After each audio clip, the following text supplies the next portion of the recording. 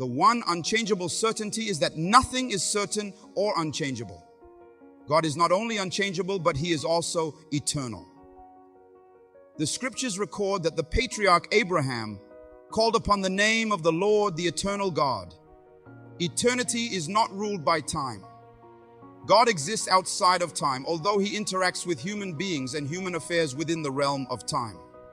Our world functions in time because God created it that way. The purpose of time is clearly stated in the biblical account of His creation of the world. And God said, "Let there be lights in the expanse of the sky to separate the day from the night, and let them serve as signs to mark seasons and days and years." In essence, the creation of time was the original source of change in our world. Some of the change we experience today is a result of evil acts perpetrated by others. Sin entered the world when humanity rebelled against God and went its own way. Yet change itself is not a result of the fall of humanity. It is built into creation. The term seasons denotes change. The sun and other stars in the sky serve as signs to mark seasons and days and years. That's why we measure days and nights, which become months, which become years, which become decades, which become centuries, which become millennia. So change and seasons time produces change. And everything that exists and functions within time inevitably experiences change. King Solomon stated in one of his books of wisdom, "To everything there is a season, a time for every purpose under heaven." Everything is seasonal or functions in a limited time frame. They also communicate the following principles, which are the foundation for what we have been discussing. Because we live in a world governed by time, we live according to seasons, and our lives are subject to change. Change is the essence of our experience of life. 1. Everything that is created, everything that is below the invisible eternal realm of God exists in time. 2. Everything that exists in time has a purpose, and each of these purposes has a season for its fulfillment. 3. God's purposes and activities within time are designed for seasons, which in turn require change. I look at seasons as God's promise of change. First, physical seasons were created by God to mark time and to remind us that on earth life is full of changes, Second, personal and spiritual seasons in our lives are designed to move us toward His purposes. Seasons bring us hope and the assurance of progress. Let's take a closer look at what God's Word teaches about seasons so that we can more completely apply the principles of change in our lives. The word season is often used to define change that is not a short-term event, but rather an extended period of transition. When I was a teenager, I came to understand the function of seasons: physical, personal, spiritual, and so forth. And my attitude toward life was totally transformed. It happened as I was reading and thinking about the statement by Solomon that we looked at above. To everything there is a season, a time for every purpose under heaven. The musical group. The Byrds used these same words of Solomon in one of their songs, "Turn, Turn, Turn." Many people have heard the song and even sung the lyrics, but its meaning doesn't really register with them. To them, it's a catchy tune with easy words. However, I believe that if more people truly realize what these words meant, there would be less self-imposed destruction through suicide, alcoholism, drugs, pornography, and other means of escape from the difficulties of life. If we know that everything in life is only for a season, and I believe this has to be an individual revelation for each person, then we're relieved of the pressure of trying to keep everything the way it has been. It takes some of the shock out of life when we experience situations that otherwise would lead us to bewildering grief, disappointment, and fear. The average person still expects life to be one long summer. People forget that life brings winters and autumns and springs too. In various places in His Word, God the Creator promises the existence of seasons. These passages teach us more about His ways and the nature of change. As long as the earth endures, seed time and harvest, cold and heat, summer and winter, day and night will never cease. This passage assures us that As long as the earth endures, there will be seasons. Some of you are in the midst of seed time. You're in a period when you're investing yourself in certain aspects of your life. You are not at a place where you're seeing visible results because it's still time for you to plant. Wait a while, the harvest is coming. Or perhaps you are currently experiencing harvest. Everything you've worked for and everything you need is flowing in. Enjoy the harvest. At the same time, prepare for the off-season when you will transition to a new period of sowing seed. Since we're all still here, living on earth, we need to settle into the pattern that God has established for this world and know that we will experience seasons of change. When we are in the middle of summer, we can tend to look down on those who are in winter, forgetting our own past winters or the fact that other winters will come into our lives. This is why, as I said earlier, seasons are the great equalizer. Some of us may stay longer in certain seasons than others seem to, but at some point, our seasons will change. Let's learn to recognize each season and how people experience it so that we can have understanding hearts toward others. Some of you are in the winter season, so the promise of change sounds especially good to you. You can't wait for the snow to melt and the grass to turn green in your life again. Others of you are in the midst of summer right now. Things are going well and you have few worries. Some of you are in night right now. Life seems confusing or even hopeless. You can't seem to see very far into the future, and what you do see is dim. God assures you, yes, night is part of what you will experience, but remember that after every night there's day. Weeping may endure for a night, but joy comes in the morning. To everything, there is only a season. Let's return to one of my favorite sayings of King Solomon, which reinforces the message of the above passage from Genesis. There is a time for everything and a season for every activity under heaven. We could read this as, to everything there is a season, and to every purpose there is a time. I understand this statement to signify, to everything there is only a season. Since there's a time for everything, then things won't necessarily last as long as we think they're going to. If we wait long enough, things will change again. Change moves us closer to God's purposes for our lives if we allow it to. In essence, God is telling us through the scriptures, settle down. If it's night in your life right now, don't panic. Day is on the way. If it feels like winter in your finances or in your marriage, spring will come. Sometimes we tend to remember only certain of God's promises, such as, I will bless you and I will heal you. Yes, He will bless us, but He also says we will experience night. He will heal us, but there may also be winter times. People who understand the principles of change handle changing seasons without wavering in their purposes because they know the unchangeable one. They understand that as long as they put their faith in Him, they too will remain steady. So let's look at the illustration of employment again. There's a time for you to be working at the job you currently have. In your mind, this may seem like a lifetime career. Yet the Creator may be saying, you don't know how long this season is going to last. When the time comes to leave, the company may call it a layoff, a downsizing, or even a firing, but God calls it moving on. The perspective you will have depends on how you understand life and the nature of change. Times, seasons, and rulers. Praise be to the name of God forever and ever. Wisdom and power are His. He changes times and seasons. He sets up kings and deposes them. God changes times and seasons. I take this not just literally, but also figuratively.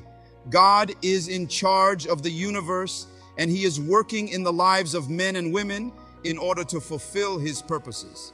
If He wants to create a new tide in the ebb and flow of human history, He will do so. If He decides to change the leadership of a nation, He will do so. What the Bible says about change, therefore, is more important than what the news broadcasts are saying, because God is in control. We shouldn't put our ultimate trust in any person or anything but God. Showers of blessing in season. I will bless them and the places surrounding my hill. I will send down showers in season. There will be showers of blessing. Notice that showers of blessing come in seasons. We must understand that when the blessings start coming, that is not a permanent condition. When the showers stop, will your faith remain intact? Or will you think God is no longer coming through for you? We may think that God has forgotten us, but we're only experiencing a season. Again, we must settle the truth in our minds and hearts that everything is seasonal. We have to stop looking at life from just one standpoint. For example, some of you used to be managers and executives at corporations. You had your own private parking spots near the front door. You never used to interact with the employees who rode the bus and went to their jobs through the warehouse entrance. Now you've been laid off or fired, and it is you who are riding the bus to work.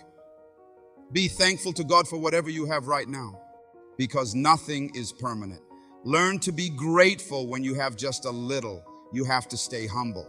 No matter what happens in your life, let your attitude be, thank you for everything, Lord.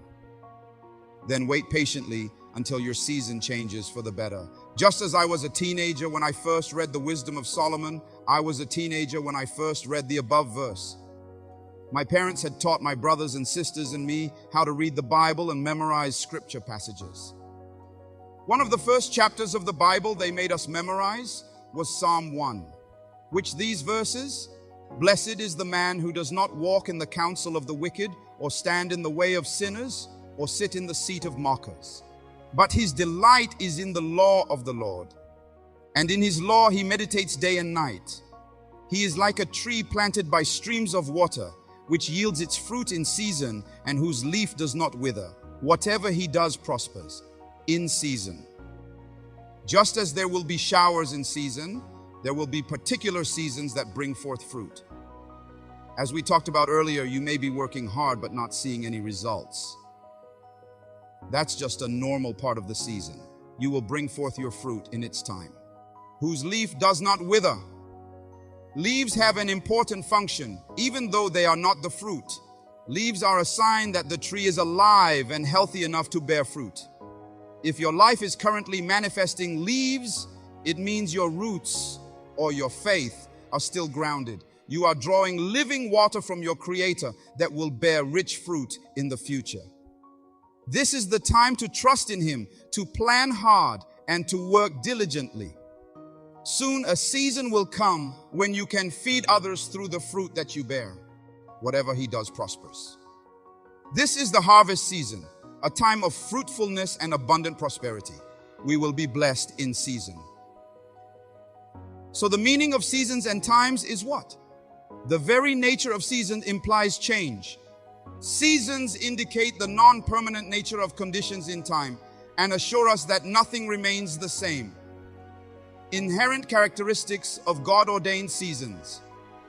Finally, if we are to oversee change in our personal lives, as well as enter into the change God is orchestrating in the world at large, we must acknowledge the following inherent characteristics of God-ordained seasons. Change and temporary conditions. Natural rhythms exist all around us. There are seasons in nature, with corresponding changes in the weather, and seasons in our bodies. There are seasons in our personal lives and seasons within the changing tides of human history. Transition and convergence. Changing seasons denote transitions in time, as well as points of convergence where two seasons meet. Seasons involve the replacement of one environment or condition with another different from itself. Time period. The reality of seasons suggests that present conditions exist within the parameters of a finite time span. So generational seasons are natural. I believe that when a generation of people experiences a new societal or spiritual season, these two may be connected. It is a natural fulfillment of the progression of God's purpose in the world. Because these changes are natural, the effects are felt first in people's hearts, and then they are seen in people's actions. For example, in the introduction, I talked about what I see as the current worldwide shift in focus from industrialized nations to third world countries and oppressed peoples. This shift began all over the world at the same time. God's Spirit started to prepare people of the third world for leadership roles in the 21st century. I have visited more than 50 nations and discovered the same phenomenon: a sudden sense of confidence, destiny, responsibility, and leadership in the hearts of thousands of unsung leaders. I will discuss this trend in more detail in the next chapter. Concurrently, I have discovered a change in the hearts of many leaders in industrialized nations who have held the reins of leadership, influence, and authority for decades. Many of them have admitted that they felt this shift in responsibility was taking place and have announced it publicly. God-ordained seasons cannot be stopped, resisted, or controlled. Recognizing that God-ordained seasons cannot be resisted is vital to our response to them. Nothing can stop a season that is divinely ordered. The power that propels such a season is beyond our comprehension. Even though God has created each of us with a free will, we are still subject to His sovereign purposes for the world. Some people see their present positions and even their convictions threatened by a new God-ordained season. They want to dictate and manipulate the sovereign will of the Creator. Consequently, they may predict movements of God that are contrary to what He is actually doing within a nation or around the world. Yet again, such seasons are controlled by God, and they do not require the permission of any group of apparently distinguished influential leaders in order to be initiated. All of us are only players in a brief portion of history. As such, we should be committed to fulfilling our own God-given assignments in our soon-to-be fading generations. We must realize that the demise of a season and the arrival of a new one does not need our blessing. It contains its own blessing. However, we must also realize that the beginning of a new season or generation does not negate the roles we have played in our own seasons and generations under God's direction. God is not unjust. He will not forget your work and the love you have shown Him as you have helped His people and continue to help them. Moses was honored, as was his successor Joshua. Elijah was honored, as was his successor. Paul was honored, as was his true son in the faith. Some have tried to direct or control a providential move of God. Others have tried to take credit for it and label the change as a personal accomplishment. But the Creator will not allow it. His new season will not be controlled. It won't be the trophy of any group, individual, or organization. It is His change. Many are the plans in a man's heart, but it is the Lord's purpose that prevails. No matter what our personal desires, wishes, or attitudes may be, we cannot control an unfolding season of divine destiny. Just as we can't stop winter from coming after autumn, we can't prevent a season of God's purpose, no matter how much we may become angry, pray, or propose plans for doing so. The change is inevitable. It has arrived in the fullness of time. The beginning and ending of a season are not determined by man, but by God's sovereign agenda. The Lord Almighty has proposed, and who can thwart Him? God-given seasons do not consider human status. Someone opposing a new season of God may be intelligent or powerful in the eyes of the world, such as a top-notch lawyer, a billionaire businessman, a nationally known pastor, a Nobel Prize-winning scientist, a Pulitzer Prize-winning author, a country's leader, or an international banker. Yet God-given seasons do not take into consideration human status. They are not impressed by titles, accomplishments, or positions. Rather, they require acceptance of and cooperation with the new thing that God is doing. Each new season grows from the leftovers from the past. That is the essence of change, and change is the basic law. We are not set aside by God unless we actively work against Him. We will receive our reward as we are faithful to follow His purposes in our changing times. Amen.